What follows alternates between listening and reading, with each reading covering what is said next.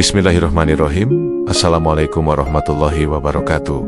Wahai jiwa yang mendengarkan, pernahkah kita merasa begitu terburu-buru hingga lupa membuka pintu rahmat Allah? Betapa sering kita mengandalkan kekuatan diri sendiri, padahal setiap langkah hanya terjadi atas kehendaknya. Malam ini, mari kita sama-sama merenungi sebuah hikmah agung, sebuah amalan sederhana namun dahsyat yang diajarkan para nabi, dirawat para ulama, dan ditekankan para sufi, yaitu mengawali setiap perbuatan dengan membaca basmalah. Bismillahirrahmanirrahim. Dengan nama Allah yang Maha Pengasih lagi Maha Penyayang. Lihatlah bagaimana Allah sendiri membuka kitab sucinya, Al-Quran, dengan basmalah. Hampir setiap surat diawali dengan kalimat agung ini. Bahkan dalam kisah Nabi Sulaiman di surat An-Naml ayat 30, beliau membuka suratnya dengan kalimat, sesungguhnya surat itu dari Sulaiman, dan isinya dengan nama Allah yang Maha Pengasih lagi Maha Penyayang. Ini bukan sekadar pembuka biasa. Imam Jalaluddin As-Suyuti menegaskan, basmalah adalah pembuka segala perkara penting, karena ia mengandung berkah dan mengingatkan hati agar senantiasa bergantung hanya kepada Allah. Sunnah Rasulullah Shallallahu Alaihi Wasallam pun menguatkan hal ini. Beliau bersabda, setiap perkara penting yang tidak dimulai dengan menyebut nama Allah, maka ia terputus. Maksudnya, terputus dari keberkahan. Hadis ini menjadi landasan kuat bahwa memulai segala sesuatu dengan basmalah bukan hanya kebiasaan baik, tapi sunnah yang penuh dengan kebaikan dan pahala. Para ulama besar pun sangat menekankan amalan ini. Imam Al-Ghazali dalam kitabnya yang masyhur, Ihya Ulumuddin, menulis, basmalah adalah kunci bagi segala amal. Ia ibarat kap dari raja yang agung. Beliau mengibaratkan, amal yang dimulai tanpa basmalah itu bagaikan surat tanpa tanda pengenal, tak punya nilai di hadapan Allah. Bayangkan betapa ruginya kita jika amal kita sia-sia. Dalam kitab lainnya, Bidayatul Hidayah, beliau juga mengingatkan, saat engkau bangun tidur, mulailah dengan menyebut nama Allah, karena jika engkau lupa, maka setan akan ikut serta dalam setiap langkahmu. Masya Allah, ternyata basmalah adalah pagar pelindung kita. Dengan basmalah, kita keluar rumah tidak sendirian. Kita makan bukan sekadar mengenyangkan perut. Kita bekerja bukan hanya mencari dunia. Semua aktivitas itu berubah wujud menjadi ibadah di sisi Allah.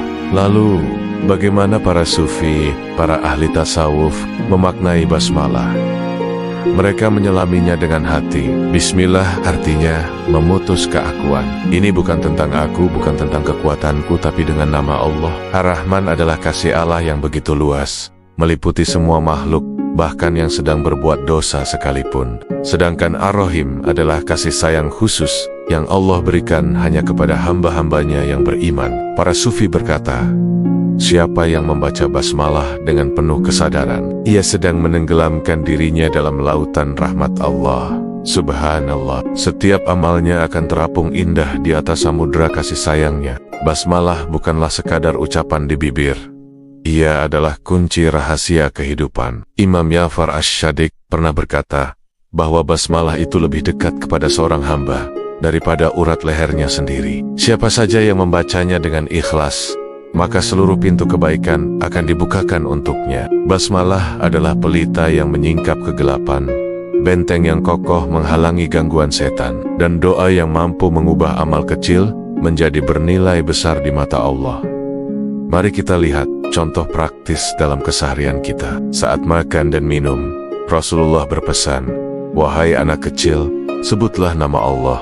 Makanlah dengan tangan kananmu, dan makanlah dari yang terdekat denganmu. Begitu pula saat masuk rumah. Rasulullah bersabda, jika seseorang masuk rumah lalu menyebut nama Allah saat masuk dan saat makan, maka setan akan berkata pada teman-temannya, tidak ada tempat bermalam dan tidak ada makan malam bagi kalian di sini. Bahkan saat kita naik kendaraan, kita diajarkan untuk mengawalinya dengan basmalah. Para ulama pun dalam menulis kitab-kitab mereka yang agung selalu memulainya dengan basmalah, mengikuti sunnah Rasulullah.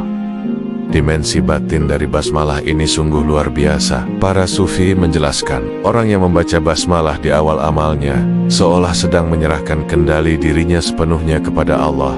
Amal itu bukan lagi miliknya, tapi milik Allah yang akan menjaga dan menyempurnakannya. Basmalah mengajarkan kita 3 pilar utama. Tauhid, bahwa semua terjadi dengan nama Allah. Rahmat, bahwa semua berada dalam naungan kasih sayangnya. Dan tawakal, bahwa kita bersandar sepenuhnya pada pertolongannya. Wahai jiwa yang mendengarkan, coba kita bayangkan sejenak, bagaimana jika setiap tarikan nafas dan langkah kita diawali dengan basmalah. Tidur kita menjadi ibadah, makan minum kita menjadi sedekah, pekerjaan kita menjadi amal jariah. Basmalah adalah nafas bagi orang beriman, kunci surga yang selalu ada dalam genggaman. Tanpanya, amal terasa hampa dan kehilangan ruh. Dengannya, amal menjadi penuh cahaya dan keberkahan. Sebagaimana firman Allah dalam surat Al-Mazamil ayat 8, dan sebutlah nama Tuhanmu, dan beribadahlah kepada dunia dengan sepenuh hati. Maka, mari kita mulai dari sekarang. Dari hari ini, jadikan basmalah sebagai pembuka dari segala sesuatu dalam hidup kita, agar setiap hela nafas, setiap langkah, dan setiap amal selalu berada dalam lindungan dan kasih sayangnya. Ya Allah, ajarkanlah kami untuk selalu menyebut nama-Mu di setiap awal langkah kami. Jadikanlah basmalah sebagai cahaya yang menerangi hidup kami, benteng yang melindungi kami dari godaan setan, dan kunci yang akan membuka pintu surga-Mu. Amin ya Rabbal Alamin. Terima kasih telah menyimak hingga akhir. Dukung terus channel ini dengan like, share, dan subscribe. Semoga setiap kebaikan yang kita sebarkan menjadi amal jariah yang diterima di sisi Allah. Wassalamualaikum warahmatullahi wabarakatuh.